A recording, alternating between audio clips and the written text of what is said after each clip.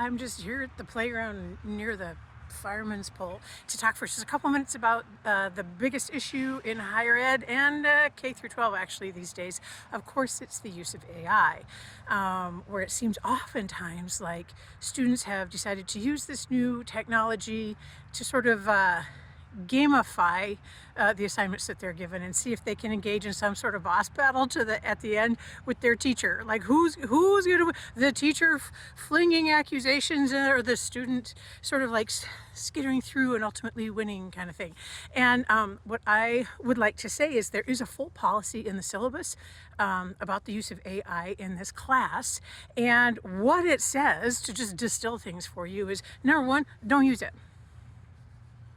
Because you're paying a bunch of money to take this class and to get your college degree, and I would like you to get the most bang for your buck possible, which means having to put in time and sometimes painful effort to figure out some of the skills that we're after in this class. And they are skills that you probably maybe possibly don't believe it right now, but skills that can help you for the rest of your life, no matter what career you go into. Because when you become a better writer, and even if you do an exercise on, say, paraphrasing, and you're like, I will never again in my life have to sit down and write a paraphrase. In the process of learning to paraphrase, you are learning to listen, pay attention, figure out what's actually being said, think to yourself, what does it truly mean? How can I process it in a way where I can articulate what it means? So honestly, we do things like paraphrasing all the time when we're sort of reporting to our friends on a conversation we had. Like, I just got off the phone with my mom, and this, and this, and this. You're paraphrasing a conversation you just had with your mom. But you become a better thinker when you learn to become a better writer.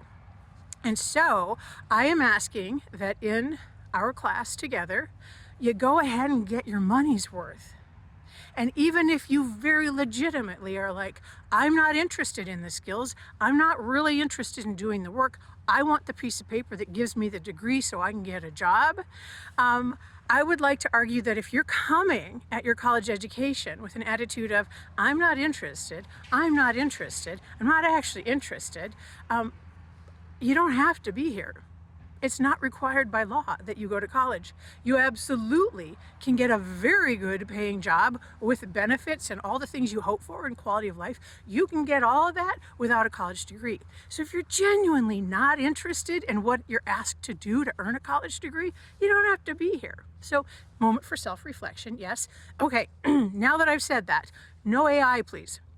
When you're given an assignment, open a document or take out a piece of paper and think about it and read it and reread it and ask me questions if you're confused.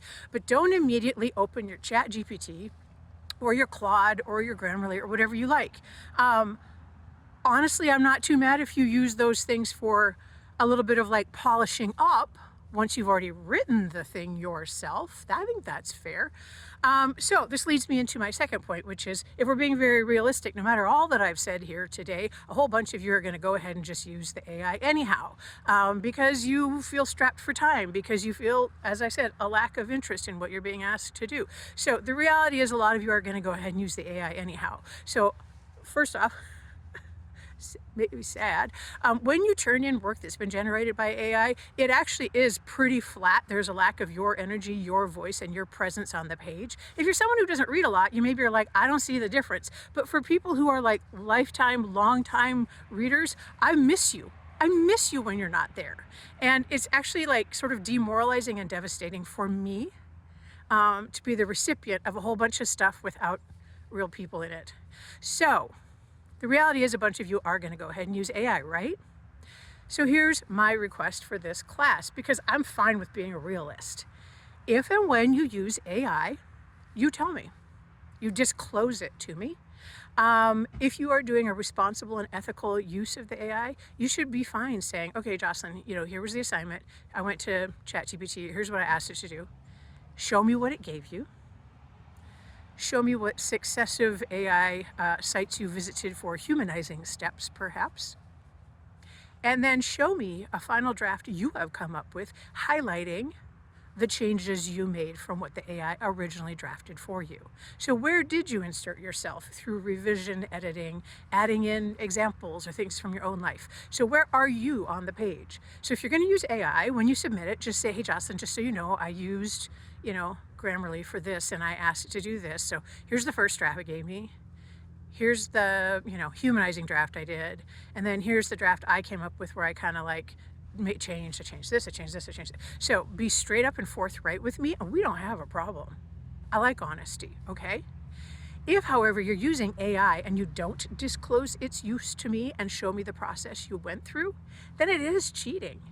And if you are feeling inside of yourself the need to hide your use of AI, if you've been told straight up by me right now that I know you're going to use it, I don't mind, just be honest, and yet you aren't honest, then that's your gut telling you that you have used the AI in a way that is not ethical and not responsible. You're using it in a way where you feel the need to hide it.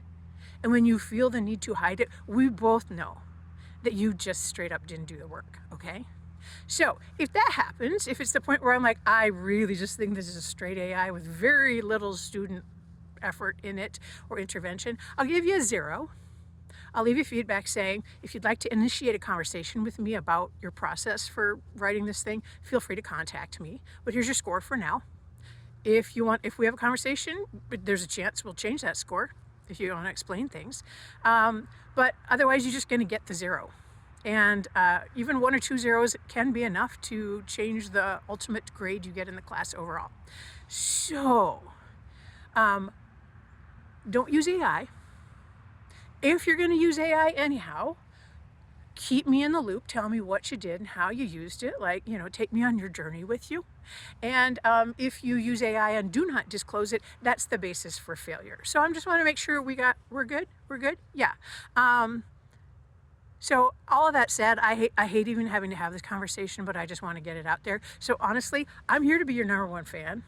I'm all about you being messy and authentic and not knowing where a comma goes. Great, that's fine. Or like being like, I don't have a very big vocabulary. Fine. The more you write, the more you have moments to develop your vocabulary better. So don't let your insecurities about yourself as a student or a writer make you turn to technology that does it for you, because then you're still not getting better. But I'm all about you turning in something where it's like, honey, could be stronger, could be, yeah. I love that. Let's do that, okay? Anyhow, so that's the thing. Please message me if you have any questions. I'm all about you getting good stuff out of this class. And yeah, let's like connect in a very human and authentic way, okay?